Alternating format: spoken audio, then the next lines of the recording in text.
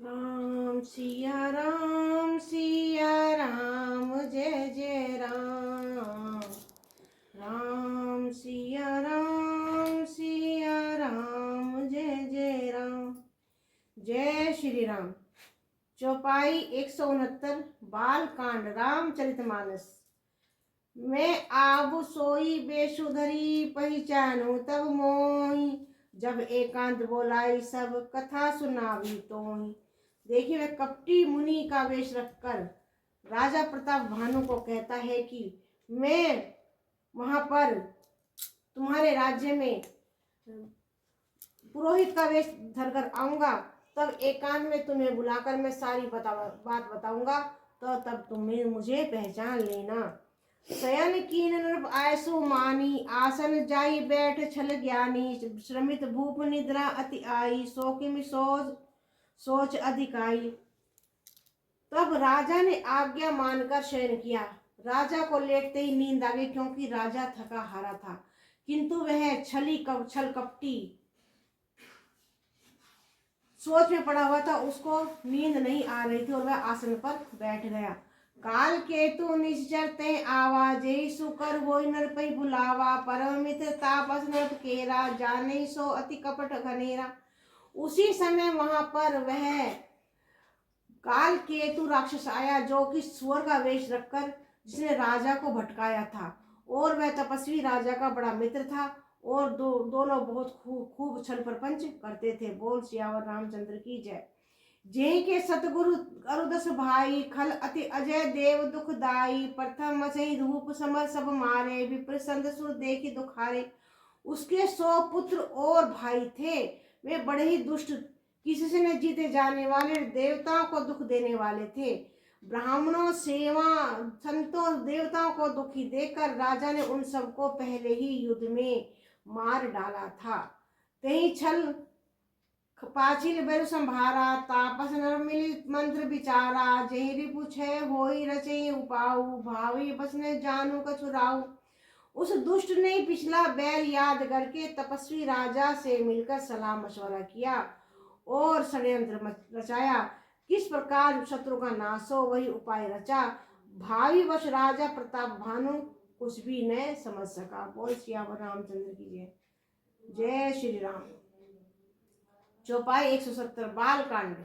रिपु तेजसी अकेल अपी, लघु करी गनिये ताहु। अजऊ देत दुख रवि शशि, सिर अवशेषित राहु। तेजस्वी शत्रु अकेला हो तो भी उसे छोटा नहीं समझना चाहिए, क्योंकि सिर मात्र बचा रहने पर भी राहु आज तक सूर्य और चंद्रमा को दुख देता है। बोल सियावर रामचंद्र की जय। तापस नभ निज सखई निहारी, हर्ष मिले उठी भय सुखारी। मित्र कई सब कथा सुनाई, जादू धान बोला सुख पाई।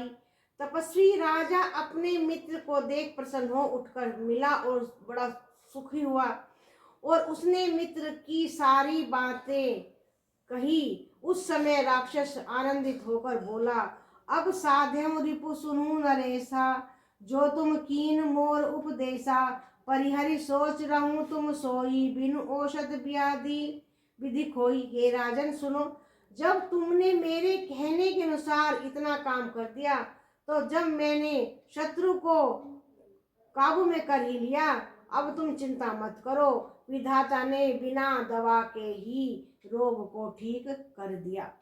कुल समेत रिप मूल बहाई, चौथे दिवस मिलब में आई। तापस नरपई बहुत परितोषी, चला महाकपटी अति रोषी। कुल सहित शत्रु को जड़ मूल से उखाड़ फेंकूंगा, चौथे दिन में तुमसे आ मिलूंगा। इस प्रकार तपस्वी राजा की खूब दिलासा देकर वह महामायावी और अत्यंत जंगली राक्षस चला। बोल सियावर रामचंद्र की जय।